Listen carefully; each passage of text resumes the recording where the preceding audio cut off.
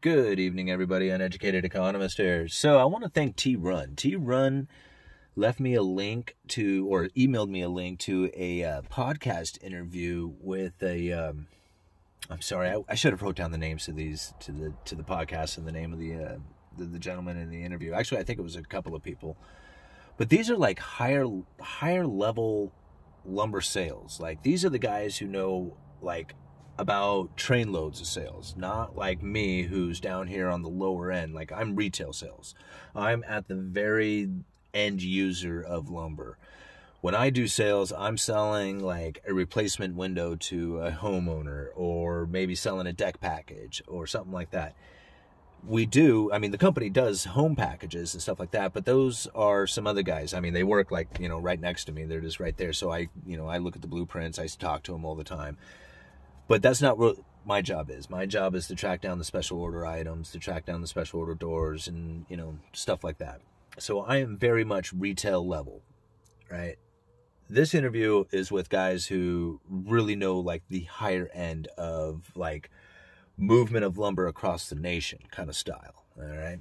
And it was very interesting to listen to them speak because they have something that they are saying, or at least like the perception that I am getting from it, that is very familiar to what I am seeing on the retail end of things.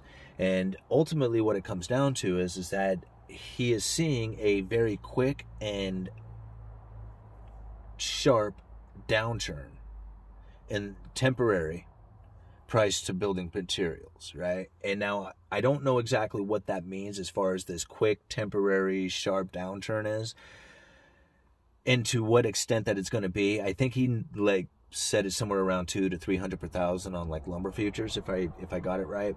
But I'm thinking it's probably going to be a bit more dramatic than that. Now, here's the thing about it. Lumber prices have really gone through the roof. They have grown exponentially over the last few weeks. And what ends up happening is that a lot of people are holding back on their projects. Now, last year, when we had the pandemic kicking in, we saw a huge demand for lumber right at a time that everybody thought that nobody was going to be buying lumber. So all the mills, all the lumber yards, everybody was curtailing development, thinking that everybody was going to be locking down, shutting down companies and businesses. Everybody thought that, everything was going to hell.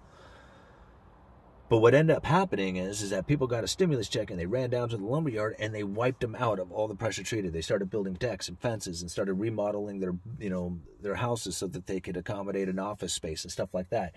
There was this huge demand for lumber when everybody thought for sure that nobody was going to be buying it, and it just zapped all the inventory levels. And what happens when you have a supply and demand issue, right?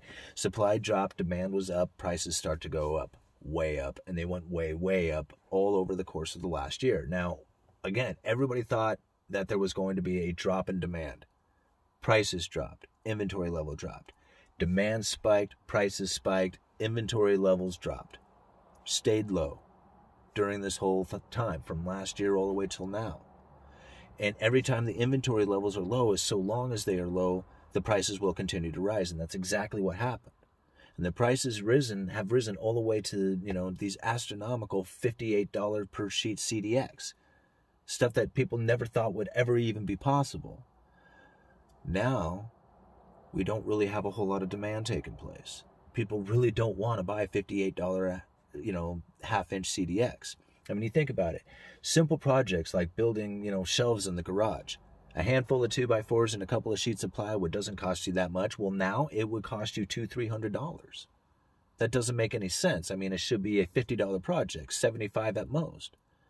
But now it costs you, literally, it could cost you close to $300 to do something like that. So these projects have really, they're not there. And I mean, believe me, I see it. I work the retail end. Now, over on the housing end of things, supplying home projects, that's still going. But those people have no other choice. See, they started that project a long time ago, and they have to go through with it. They just can't stop saying, well, we're just going to hold off for a couple of weeks and see if the prices come down on this framing package. No, it's time to frame. You got to buy the material. Get to work. So timing the market is almost impossible. But what this gentleman was saying is that here in the next couple of weeks to a month is that we're going to see a sharp and dramatic and temporary drop into the pricing of lumber and building materials.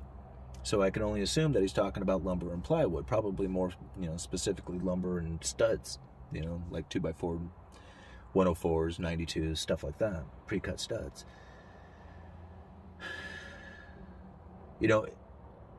I see it. I see it happening. I think about how many people out there who are holding off building a deck this season. I mean, typically right now, you would have people like lining it up, looking to see what decking is available, what the prices are, and they're not really into it. It's not like a huge run of people asking for this type of this product. There is some of it out there. Don't get me wrong. Like, there has never been a time where there wasn't somebody who was interested in replacing their front door, or replacing a broken window, or fixing the leaky roof. These things are going to exist no matter what the condition of the economy is in. I mean, it's some things, they have to be purchased. But as far as the elective stuff, whether or not to put the shelving up in the garage, stuff like that, all those projects are going to cease to exist for a while, or at least for the most part. And when that begins to happen, the inventory levels will begin to rise. And once the mill no longer has to tell people that you have to wait 6 weeks to get your product, but now you can get it in 2 weeks, or even better yet, how much you want. I got as much as you want. The prices are really going to start to come down. And that's what I see happening. See, last year when I tried to go buy pressure-treated lumber, I was lucky if I could get 4x4 10-footers, or 8-footers, or decking. We were out of 2x6, just regular treated decking boards for months. For like 6 weeks, I don't think we had any lumber in right in the middle of the summer. This year, no problem. Now, they did tell us that there is going to be a shortage of a particular brand of a style of treated decking that we like to carry. So we may have to, switch over to another one. But as far as I can tell, like compared to last year, I've had no problems. Last year, I had all kinds of problems ordering this stuff. This year, no problem. As much as I want. It's expensive. If you got the money, they got the product. That's going to change for a while. Anyway, I see it happening. And I really want to thank T-Run for sending that to me, because it really,